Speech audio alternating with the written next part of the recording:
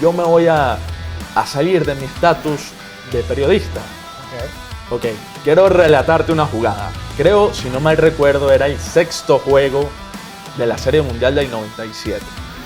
Recuerdo la situación perfectamente. Vamos a ver cómo la va a narrar. ¿Tú la vas a narrar? Claro, por supuesto. Okay, A ver, adelante. al bate es Charles Johnson, señoras y señores. Batazo entre tercero y short. Omar Vizquel se lanza de cabeza a la primera. ¡Fuera de allí! Voy a decir, salté de alegría con esa jugada.